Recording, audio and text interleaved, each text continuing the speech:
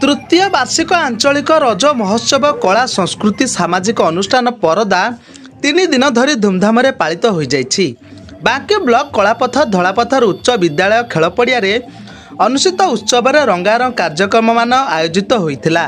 स्थानीय अंचलर युवती माने दोली रे झुमिथिले।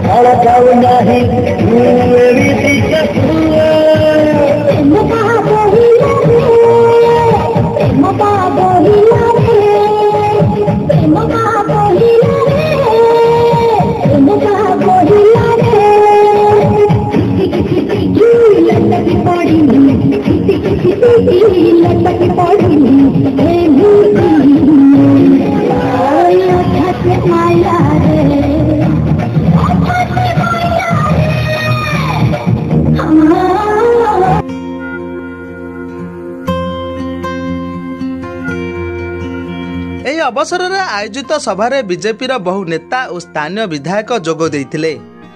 ଅତିଥିମାନଙ୍କ ଦ୍ୱାରା ବିଭିନ୍ନ କ୍ଷେତ୍ରରେ ସୁନାମ ଅର୍ଜନ କରିଥିବା ବ୍ୟକ୍ତିତ୍ୱ ସମେତ ବାଙ୍କିର ବରିଷ୍ଠ ସାମ୍ବାଦିକ ପୂର୍ଣ୍ଣେନ୍ଦୁ ନାୟକ, ସୁଶାନ୍ତ ନାୟକ, ଶୁଭେନ୍ଦୁ ମହାପାତ୍ରଙ୍କୁ ଶ୍ରେଷ୍ଠ ପତ୍ରକାର ସମ୍ମାନ ପ୍ରଦାନ କରାଯାଇଥିଲା। ଓଡ଼ିଶା ସରକାରଙ୍କ ସଂସ୍କୃତି ବିଭାଗ ପକ୍ଷରୁ ସାଂସ୍କୃତିକ କାର୍ଯ୍ୟକ୍ରମ ଓ ସ୍ଥାନୀୟ କଳାକାରମାନଙ୍କ ଦ୍ୱାରା ଚିତ୍ତାକର୍ଷକ ନୃତ୍ୟ ପରିବେଷଣ କରାଯାଇଥିଲା। ଆଖପାଖର 20-25 ଗ୍ରାମର ଯୁବକ ମାନଙ୍କୁ ନେଇ ଆମେ ଗୋଟେ ନୂତନ ମହୋତ୍ସବର ଗୋଟେ ପରିକଳ୍ପନା କରିଥିଲୁ। ଯାହା ହଉ ପ୍ରଥମ ଆମେ 8-10 ଦିନ ଭିତରେ ଏହି ସବୁ ପରିକଳ୍ପନା କରିକି ତାକୁ ଆମେ ସାକାର କରିଛୁ। ଆଶା କରୁଛୁ ଲୋକମାନଙ୍କ ଦ୍ୱାରା ଏଇଟା ଆଦୃତ ହେବ ଏବଂ ଆଜି ଯେଉଁ ମହୋଦୟ ଆସିଥିଲେ ସେମାନେ ମଧ୍ୟ ଆମର ବାଙ୍କିର ML ମହୋଦୟ ସେ କହିଛନ୍ତି ଯେ ଆମର ପଡ଼ିଆର ନବୀକରଣ କରାଇବେ ଏବଂ ଆଗକୁ ଯେଉଁ ସାହାଯ୍ୟ ସହାନୁଭୂତି ଦେବେ ସେ ଆମକୁ ଯୋଗାଇ ଦେବେ ବୋଲି ମଧ୍ୟ ଆଜି ମିଟିଂରେ ରଜ ହେଉଛି ଆମର ଭାଇଚାରାର ସମ୍ପର୍କ, ଭାଇ ଭଉଣୀର ସମ୍ପର୍କ। ସବୁ ପ୍ରକାର ପର୍ବକୁ ପାଳନ କରାଯାଏ କିନ୍ତୁ ରଜଟା ଗୋଟେ ମଉଜ କରାଯାଏ। ଏଥିରେ ଆମର ଯେଉଁ ମଉଜ କରାଯାଏ ସ୍ତ୍ରୀ ଲୋକମାନଙ୍କୁ ବା ଝିଅ ପିଲାମାନଙ୍କୁ ଆମେ ଯେଉଁ ରେଷ୍ଟ ଦେଉ ତାଙ୍କ ପାଇଁ ମଧ୍ୟ ଗୋଟେ ମନୋରଞ୍ଜନ କାର୍ଯ୍ୟକ୍ରମ। ଏ ଅଞ୍ଚଳରେ ଭାଇଚାରା ବୃଦ୍ଧି କରିବା ପାଇଁ ଅଞ୍ଚଳର ଭାଇଚାରା ବୃଦ୍ଧି କରିବା ପାଇଁ ରଜକୁ ଆମେ ସବୁଦିନ ପାଇଁ ମନେ ରଖିବା ପାଇଁ ଆଗାମୀ ଦିନରେ ଏହାକୁ ମଧ୍ୟ ମହୋତ୍ସବ ରାକ୍ଷା ଦେବା ପାଇଁ ଆମେ ସମସ୍ତେ ଗୋଟେ ପ୍ରୟାସ କରିଛୁ। ଛୋଟ ଛୋଟ କୁନି ପିଲାଠାରୁ ଆରମ୍ଭ କରି ବଡ଼ କଳାକାରମାନଙ୍କର କଳାକୃତି ବା ସାଂସ୍କୃତିକ ମନୋଭାବ ସହିତ ସାଂସ୍କୃତିକ ଉପସ୍ଥାପନା ପାଇଁ ବିଭିନ୍ନ କାର୍ଯ୍ୟ ଅନୁଷ୍ଠାନ କରାଯାଇଛି। ଏ ଭାଇଚାରା ପର୍ବରେ ଜନସାଧାରଣଙ୍କର ବହୁତ ସହଯୋଗ ଅଛି। କିଏ ଆର୍ଥିକ ସାହାଯ୍ୟ କରୁଛି ତ କିଏ ମାନସିକ ସାହାଯ୍ୟ କରୁଛି, କିଏ ବିଭିନ୍ନ ସପୋର୍ଟ କରୁଛନ୍ତି। ସମସ୍ତଙ୍କର ଆଗ୍ରହ ଅଛି। ଏବେ ଯେଉଁ ଅନୁଷ୍ଠାନଟି ହେଇଛି ଅଳ୍ପ 8 ଦିନ ଭିତରେ ଆୟୋଜନ ହେଇଛି କିନ୍ତୁ ବହୁତ ଉନ୍ନତ ମାନର ହେଇଛି। ସମସ୍ତଙ୍କର ଗୋଟେ ଖୁସି ଅଛି। ସମସ୍ତେ ବି ଚାହୁଁଛନ୍ତି ଏଇ ଅନୁଷ୍ଠାନ ସହିତ ଜଡ଼ିତ ହେଇକି ଆମେ ଗୋଟେ ମେମ୍ବର ହେବୁ।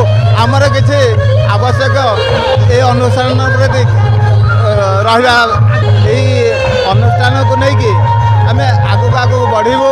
এই ଅଞ୍ଚଳର ଚାଷୀ ବ୍ୟବସାୟୀ ଏବଂ ମହିଳାମାନଙ୍କର କିଭଳି ଭାବରେ ମହୋତ୍ସବ ଦ୍ୱାରା ସେମାନଙ୍କର ବ୍ୟବସାୟ ଠାରୁ ଆରମ୍ଭ କରି ଆର୍ଥିକ ଉନ୍ନତି ହୋଇପାରିବ ଏବଂ ସମସ୍ତେ ସୁରୁଖୁରୁରେ ଭାଗ ନେଇ ବିଭିନ୍ନ ସୋସିଆଲ ମାଧ୍ୟମ ହେଉ କିମ୍ବା ବିଭିନ୍ନ ବ୍ୟବସାୟିକ ଆନୁଷ୍ଠାନିକ ହେଉ ସେମାନେ ନିଜର ଇନକମ୍ଟାକୁ କେମିତି ବଢ଼ାଇ ପାରିବେ ଏବଂ ସେମାନଙ୍କର ଚାଲିଚଳନଟାକୁ ଆନନ୍ଦ ଉତ୍ସବରେ କେମିତି ସମାହିତ କରିବେ।